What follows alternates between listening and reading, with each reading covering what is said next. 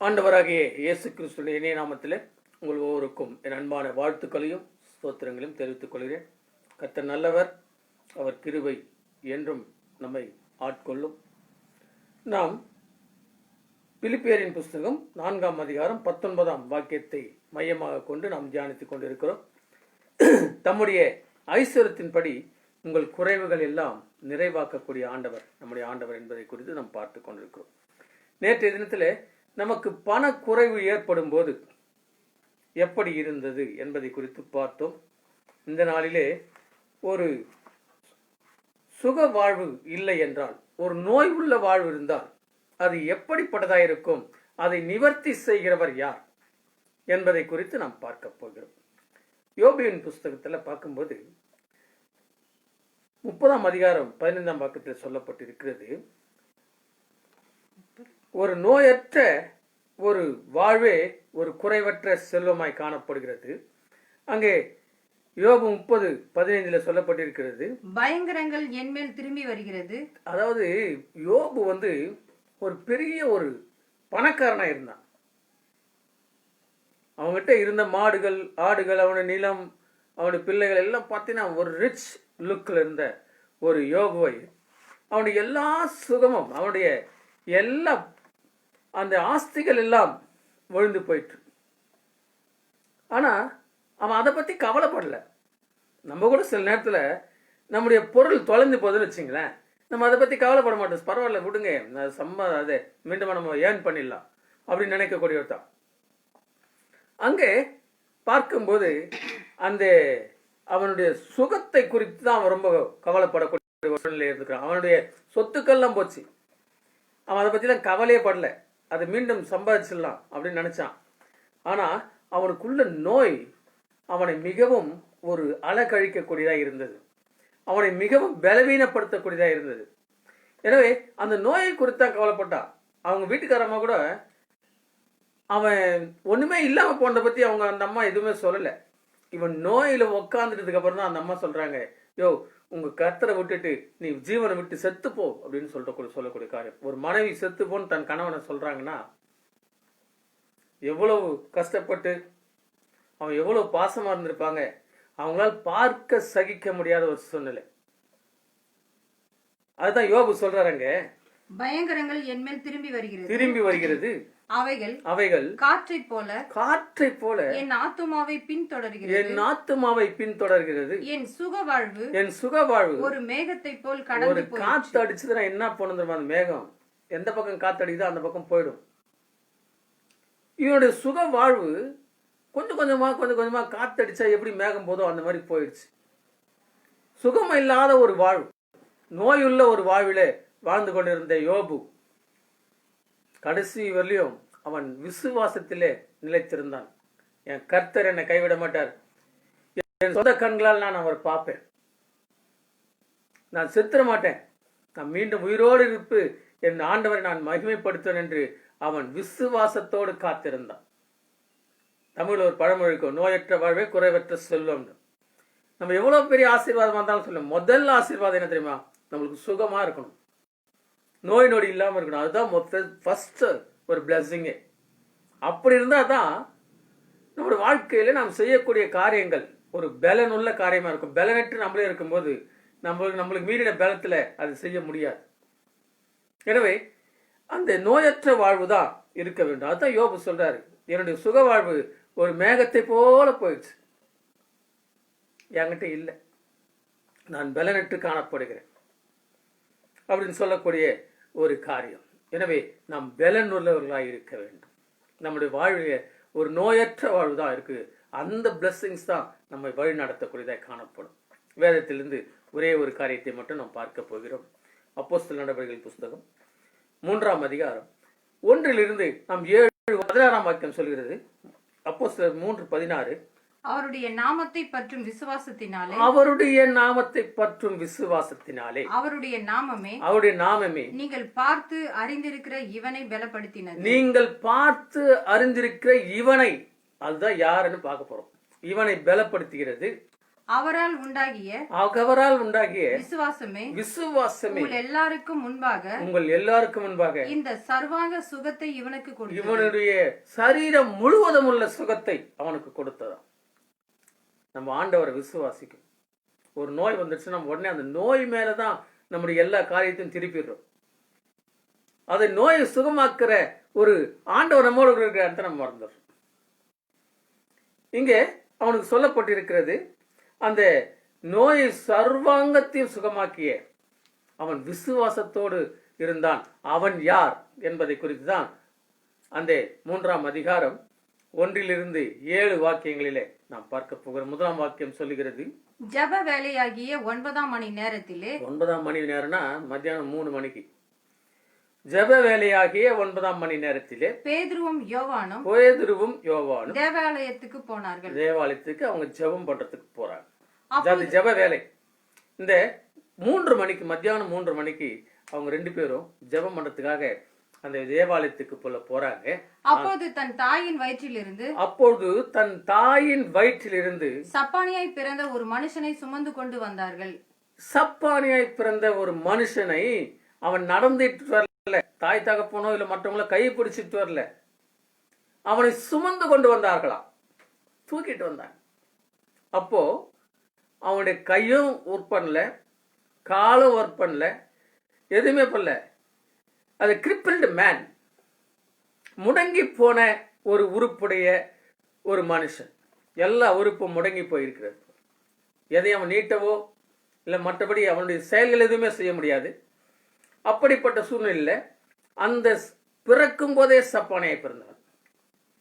Suppose குழந்தை பிறந்துட்ட பிறகு அதுக்கு சில வைட்டமின்ஸ் இல்லை, வைட்டமின்ஸ் குறைவு ஏற்படுதுன்னா அதனுடைய கை கால் விழுந்து போறதுக்கு நிறைய காரியங்கள் உண்டு. அதே போல பேரலிட்டிஸ் வந்தா ஒரு பக்கம் கை ஒரு கால் தான் போகும். ஆனா இந்த மனுஷனுடைய காரியம் என்னன்னா, முழுவதுமாக முடங்கி போன ஒரு மனுஷன், முழுவதுமா முடங்கி போன a crippled man. அவனுடைய முடங்கி போன உறுப்புகள், கை கால் எல்லாமே முடங்கி போச்சு. அவனுக்கு எதையுமே செய்ய முடியாது. அவனை என்ன பண்றாங்க, சுமந்து கொண்டு வந்து என்ன பண்றாங்களா, தேவாலயத்திலே பிரவேசி உள்ள போறாங்க. பாத்தீங்களா, அவங்க கிட்ட பிச்சை கேட்கறதுக்காக வேற வழி கிடையாது. அப்படின்னா அந்த குடும்பம் மிகவும் ஏழையான குடும்பமா இருந்திருக்கும். ஒரு அம்மா ஆண்டவருடைய துணியை தொட்டு சுகமானாங்க.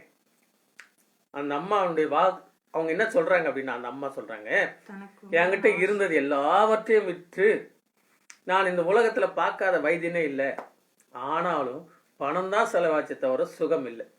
இங்க இந்த மனுஷனுக்கு எதையுமே செய்ய முடியாது. அவங்க ஃபேமிலியா ரொம்ப போய் இவன் பிச்சை எடுக்கிறான். ஃபேமிலி நல்ல ஒரு வெல்டடா இருந்துச்சுன்னா இவனை பிச்சை எடுக்க விட்டுருக்க மாட்டாங்க. அவங்க ஃபேமிலியில ரொம்ப போரா இருந்திருப்பாங்க போல. அதனால்தான் இவனை கொண்டு வந்து சுமந்து கொண்டு வந்து அங்க பிச்சை எடுக்கிறதுக்கு உட்கார வைக்கிறாங்க. அந்த நேரத்துல 3வது வசனம் சொல்லுகிறது, தேவாலயத்திலே பிரவேசிக்க போகிற பேதுருவையும் யோவானையும் அவன் கண்டு அவன் பார்க்கிறான். அவனுக்கு பார்வை தெரியும். அவன் பார்க்கிறான்.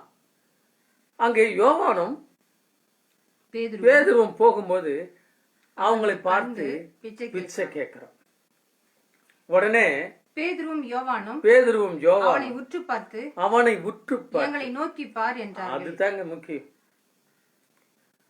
அவனை உற்று பார்த்து இவங்க என்ன சொல்றாங்க, பிச்சை எதுவும் அவனுக்கு கொடுக்கல, நீ என்ன நோக்கி பார், என்னை முறைச்சி பார், என் கண்ணை பார். பேதுருவும் யோவானும் சொல்றாங்க, என்கிட்ட நீங்க என்ன பண்ணுங்க, என்ன பார், நேரா என்ன பார். அவனுடைய எல்லா உறுப்புகளும் முடங்கி போயிருந்தாலும் கண் அவனுடைய பார்வையை அந்த தேவ மனுஷரின் மேல் அவன் நோக்கி பார்க்கிறான். அவன் என்ன நினைச்சு பார்க்கிறான், அடுத்த வருஷம் சொல்லுது, பேதுருவும் யோவானும் உற்று பார்த்து எங்களை நோக்கி பார் என்றார்கள்.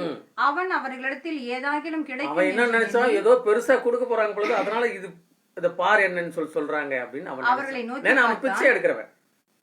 அவனுடைய மென்டாலிட்டி அந்த சூழ்நிலை அவன் அப்படித்தான் இருக்கும். அவனை வரும்போது சுமந்து கொண்டு வந்தார்கள். அவன் போகும்போது ஒரு அற்புதத்தோட போறான்னு அவனுக்கு தெரியாது. அவன் என்ன நினைச்சானா, எனக்கு வேற ஏதோ இவங்க கொடுக்க போறாங்க, ஒரு ஸ்பெஷலா, அவன் காசை தூக்கி போட்டு போயிடுவாங்க. இவன் அவனை பார்க்க வேண்டிய அவசியம் இல்லை, வேற ஏதோ கொடுக்க போறாங்க பொழுது அப்படின்னு நினைச்சிட்டு அவன் அவர்களை பார்க்கின்றான். அப்போ அடுத்த வசனத்தை சொல்றாரு, அப்பொழுது பேதுரு வெள்ளியும் பொன்னும் என்னிடத்தில் இல்லை. பார்த்தீங்க, ஒரு ஊழியக்காரர் அவர் சொல்றாரு, என்கிட்ட உனக்கு கொடுக்கறதுக்கு பிச்சைக்காரனுக்கு என்ன 2 கிலோ வெள்ளியா கொடுப்பாங்க, 2 கிலோ பொண்ணா கொடுப்பாங்க. சும்மா ஒரு சின்ன கிஃப்ட் கொடுக்கறதுக்கு கூட என்கிட்ட ஒண்ணும் இல்லை. வெள்ளியும் பொண்ணும் கொடுப்பதற்கு என்னிடத்துல ஒன்றும் இல்லை, என்னிடத்தில் உள்ளதை அவர்கிட்ட ஒன்னு இருக்குதா. என்ன தெரியுமா, அதுதாங்க ஸ்பெஷாலிட்டி. அங்க சொல்றாரு பேதுரு, என்கிட்ட ஒன்னு இருக்குது, அதை நான் உனக்கு தரேன்றார். என்ன படிங்க. நசரேயனாகிய இயேசு கிறிஸ்துவின் நாமத்தினாலே நீ எழுந்து நட என்றார். அது அந்த ஒரு ஆசீர்வாதம் தான் என்கிட்ட. நான் உங்களுக்கு ஆசீர்வதிப்பேன். நம்ம போயிட்டு நீ ஆசீர்வாதமாயிரு, உனக்கு சுகம் தருவார் ஆண்டவர் சொல்லத்தான் நம்ம வேலை. சுகம் தருவார் யாரு? நசரேயனாகிய இயேசு கிறிஸ்துவின் நாமம். அதுதான் சுகம் கொடுக்கும், அதுதான் ஆசீர்வதிக்கும், அதுதான் ஆசீர்வாதத்தை அனுப்பும்.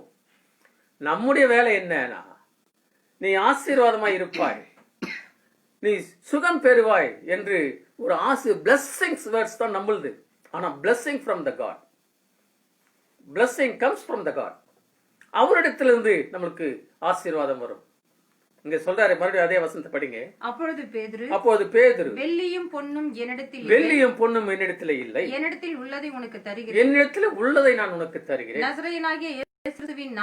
நசரேயனாகிய இயேசு கிறிஸ்துவினுடைய நாமத்திலே நீ எழுந்து நட என்ற எவ்வளவு விசுவாசத்தோட அவர் சொல்லியிருப்பார் பாருங்க. அவன் எல்லா உறுப்பும் முடங்கி போய் உட்கார்ந்து அவனை தூக்கிட்டு வந்து உட்கார வைக்கிறாங்க. இவர் சொல்றாரு, நசரேயனாகிய இயேசு கிறிஸ்துவின் நாமத்திலே நீ எழுந்து நடன்னு சொன்னார். எவ்வளவு பெரிய அற்புதம்.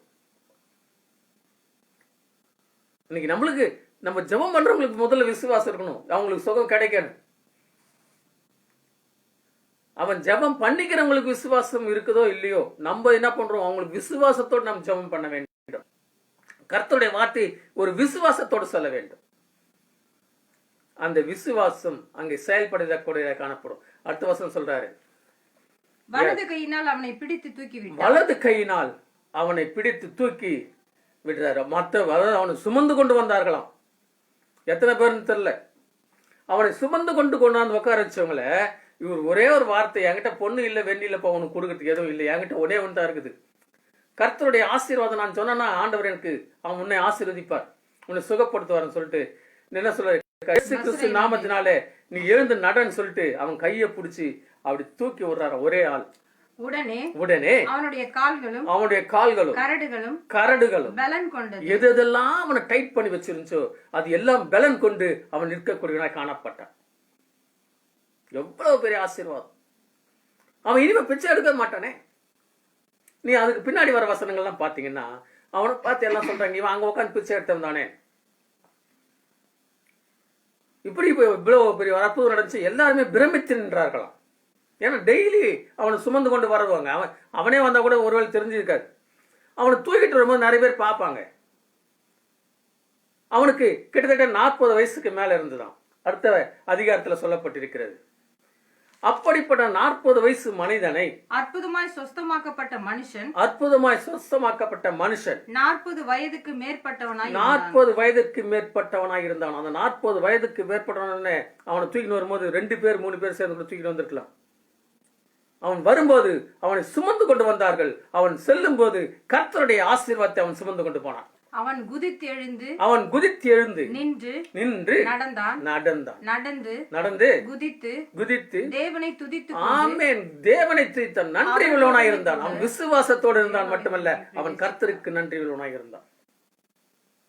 நம்முடைய வாழ்க்கையிலும் எத்தனையோ காரியங்கள் முடங்கி போனதாய் காணப்படுகிறது.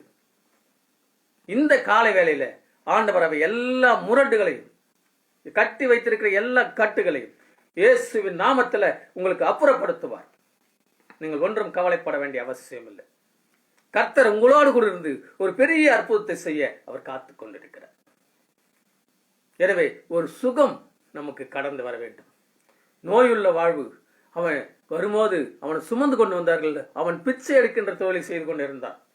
அவன் போகும்போது கர்த்தருடைய ஆசீர்வாதத்தை சுமந்து கொண்டு நடந்து சென்றான், குதித்து சென்றான், அவன் ஆர்ப்பரித்து சென்றான். அவனை வழியில பார்த்தவங்களாம், இவன் அந்த மாதிரி உட்காந்துட்டானே, இவன் சப்பானியாச்சே, இவன் முடங்கி சூம்பிட உருப்படியவனாச்சே, இவன் எப்படி இவ்வளவு சுகம் பெற்றான்? அடுத்த செகண்ட்ல சுகம் வந்துடுது. கர்த்தரை நம்புங்கள், கர்த்தர் பெரிய காரியங்களை அவர் செய்ய வல்லவராயிருக்கிறார்.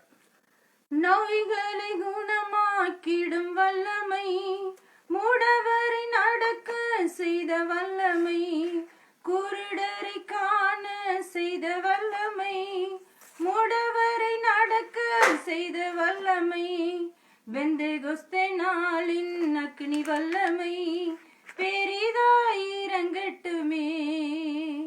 பெந்தெகொஸ்தே நாளின் அக்னி வல்லமை பெரிதாய் இறங்கட்டுமே. வல்லமை அபிஷேகம் வந்தம்மை நீரப்பட்டுமே.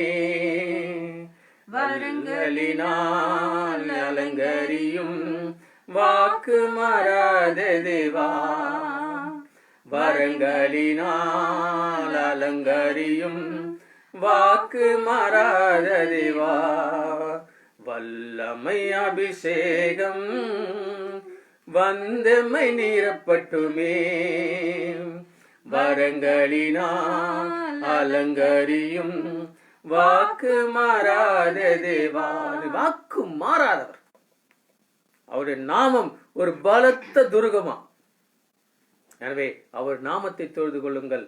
உங்களுடைய எல்லா கட்டுகளும், உங்களுக்கு முடங்கி போன எல்லா காரியங்களையும் கர்த்தர் இந்த நாளிலே உயிர்ப்பிக்க வல்லவராயிருக்கிறார். ஒரு புது வாழ்வு தர ஆண்டவர் நம்மை அன்போடு அழைத்துக் கொண்டிருக்கிறார். கண்களை மூடி ஜெபிப்போமா? நல்ல தகப்பனே, இந்த நாளுக்காக நன்றியோடு ஸ்தோத்திரிக்கிறோம். இந்த நாள் நீர் கொடுத்த வார்த்தைக்காக ஸ்தோத்திரம். அதே போல் ஆண்டவரே, எத்தனையோ காரியங்கள் உங்கள் வாழ்க்கையிலே முடங்கி கர்த்தாவே அது செய்ய முடியாமல் இருப்பதை நீ அறிந்திருக்கிறேன். அவை எல்லாவற்றையும் கர்த்தர் இந்த நாளை உயிர்ப்பிக்க வேணுமா செபிக்கிறோம். உமது வல்லமை இறங்கட்டும் தகப்பன். உமது மேலான ஆசீர்வாதங்கள் எங்களை தாங்கி வழி நடத்தட்டும். துதிகன மகிமையெல்லாம் உமக்கே செலுத்துகிறோம். இயேசுவின் நாமத்தில் பிதாவே, ஆமென். ஆமென். மீண்டும் நம்ம நாளை தினத்தில் சந்திப்போம். கர்த்தர் உங்களை ஆசீர்வதிப்பாராக. ஆமென்.